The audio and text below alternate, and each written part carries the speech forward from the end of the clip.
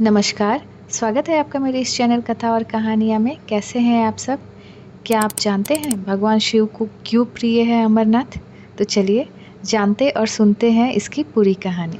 एक बार माता पार्वती ने देवों के देव महादेव से पूछा कि ऐसा क्यों है कि आप अजर अमर है, लेकिन मुझे हर जन्म के बाद एक नए स्वरूप में आकर फिर से बरसों तप के बाद आपको प्राप्त करना होता है। आपके अमर होने का रहस्य क्या है?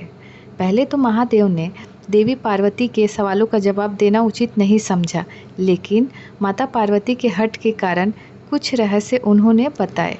शिव महापुराण में मृत्यु से लेकर अजर अमर तक के कई प्रसंग हैं, जिनमें एक साधना से जुड़ी अमर कथा बड़ी रोचक है, जिसे भक्तजन अमृतत्व की कथा के रूप में जानते हैं। हर वर्ष हिमालय में अमरनाथ, कैलाश और मानसरोवर तीर्थ स्थलों में लाखों श्रद्धालु पहुंचते हैं, सैकड़ों किलोमीटर की पैदल यात्रा करते हैं। क्यों?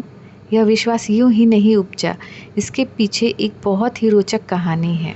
पौराणिक मान्यताओं के अनुसार अमरनाथ की गुफा ही वह स्थान है जहां भगवान शिव ने माता पार्वती को अमर होने के गुप्त रहस्य बतलाए थे।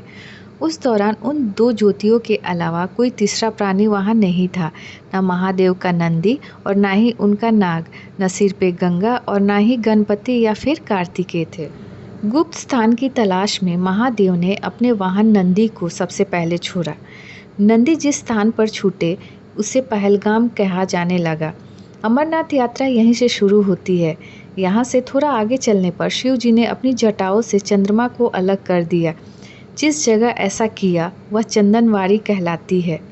इसके बाद गंगा जी को पंचतरणी में और कंठाभूषण सर्पों को शेषनाग पर छोड़ दिया। इस प्रकार इस पड़ाव का नाम शेषनाग पड़ा। अमरनाथ यात्रा में पहलगाम के बाद अगला पड़ाव है गणेश टाप। मान्यता यह है कि भगवान शिव ने एकांत की तलाश में इसी स्थान पर अपने पुत्र गणेश को छोड़ा था। इस जगह को महागुणा का पर्वत भी कहते हैं। इससे आगे महादेव ने पिस्सू नामक एक कीड़े को भी त्यागा था। जहाँ पिस्सू को त्यागा था उस जगह को पिस्सू घाटी भी कहा जाता है। इस प्रकार महादेव ने अपने पीछे जीवनदायिनी पांचों तत्वों को स्वयं से अलग कर दिया। इसके पश्चात माता पार्वती संग एक गुफा में महादेव ने प्रवेश किया। कोई तीसरा प्राणी यानी कोई भी व्यक्ति, पशु या पक्षी गुफा के अंदर घुसकर कथा को न सुन सके, इसीलिए उन्होंने चारों ओर अग्नि प्रज्वलित कर दिया। फिर महादेव ने जीवन के गुर रहस्य का कथा शुरू कर दिया।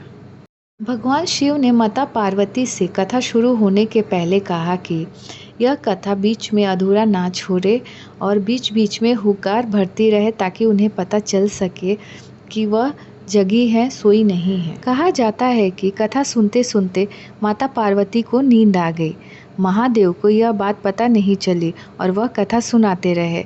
उस समय दो सफ़ेद कबूतर कथा सुन रहे थे और बीच बीच में हूँ की आवाज़ निकाल रहे थे।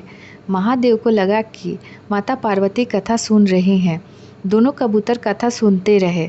कथा समाप्त होने पर महादेव का ध्यान जब माता पार्वती पर गया तो उन्हें पता चल गया कि वे तो सो रही हैं, तो कथा सुन कौन रहा था।